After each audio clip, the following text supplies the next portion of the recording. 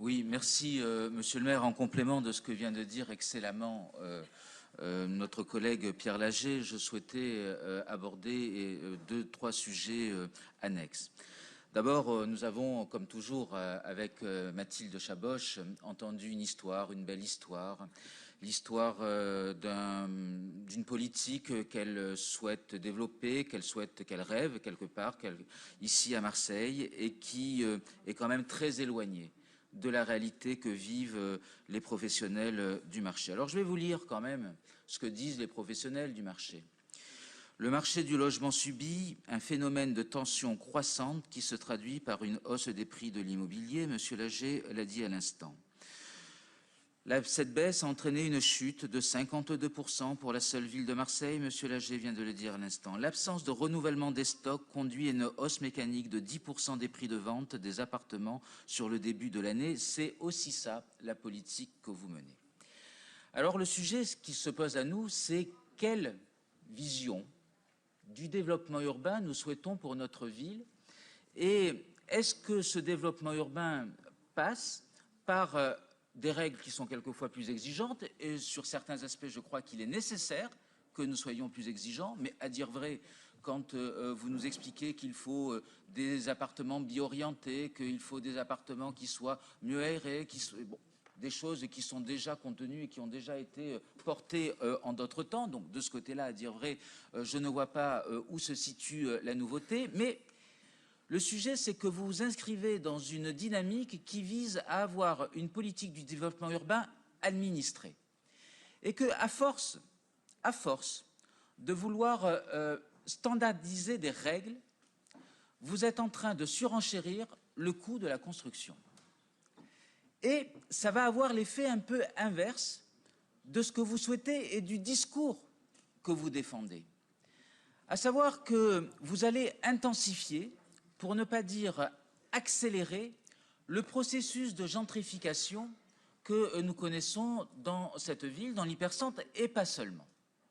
Et que donc vous, qui êtes les premiers à nous expliquer qu'il faut loger tous les Marseillais, que dans l'hypercentre de Marseille notamment, il faut produire 70% de logements sociaux, eh bien, je vous pose la question très concrète.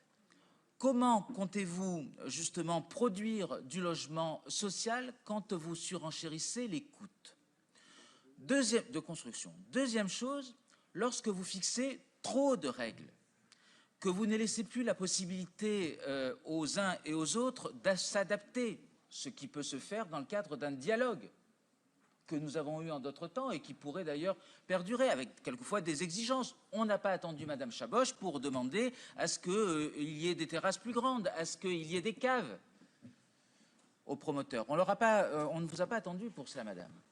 Et donc, on peut le faire dans le cadre d'un dialogue. Mais en surenchérissant les coûts, vous excluez aussi les primo-accédants d'avoir accès au logement.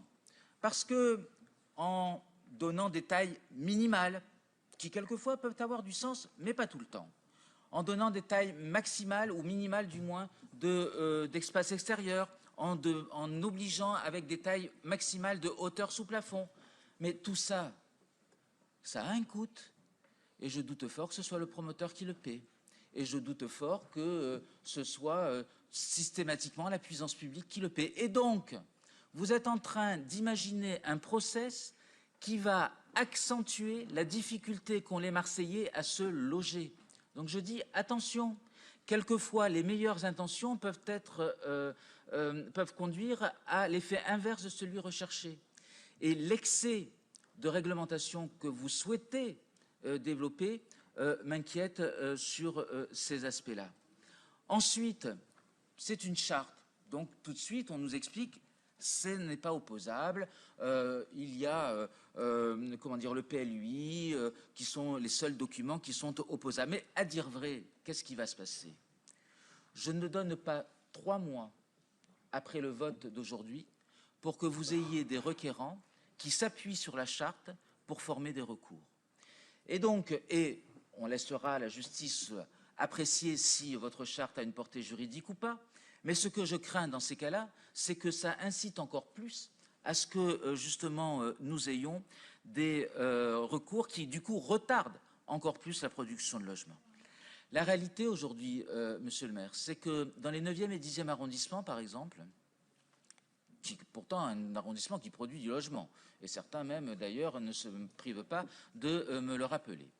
Et donc, dans cet arrondissement, nous avons une augmentation du coût et du foncier et de la construction qui est directement corrélée au fait que le nombre de permis de construire a quand même considérablement, s'est considérablement restreint, que les gens qui habitent, qui sont propriétaires d'un T3, qui pour des raisons familiales veulent devenir dans un T4 ou un T5, eh bien aujourd'hui, vous savez ce qu'ils font? Ils vont se loger dans d'autres communes périphériques de Marseille parce qu'on n'arrive plus à se loger dans nos arrondissements. Et que ceux qui habitent par exemple Céreste ou autres, eh bien eux, concurrencés par les Marseillais qui se déplacent sur ces communes-là, eux vont habiter dans des communes hors la métropole. Donc, finalement, le sens de mon propos, c'est de vous dire, avec M. Lager, qui a dit beaucoup de choses très vraies, c'est que, à force de vouloir rigidifier, à force de vouloir réglementer, à force de vouloir fixer trop de règles, vous risquez, et notamment pour les bailleurs sociaux, parce que si à un moment donné, vous surenchérissez le coût de la construction systématiquement, parce que nous ne faisons que racheter des opérations en VFA aujourd'hui, et donc ça suppose qu'il faille à un moment donné équilibrer économiquement les affaires.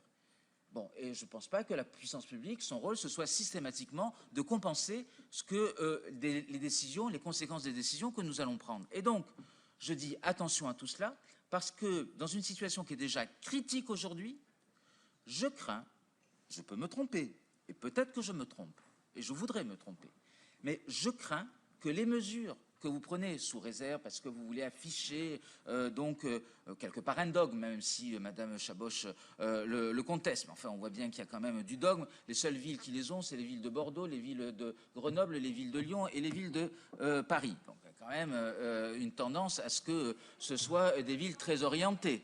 Voilà. Et donc je dis attention, parce que vous risquez d'avoir les effets contraires de ce que vous recherchez, et finalement, les gens vont avoir encore plus de mal à se loger dans la deuxième ville de France, c'est-à-dire c'est tout l'effet inverse que ce que vous attendez. Merci à tous. Allez, merci Monsieur Roy.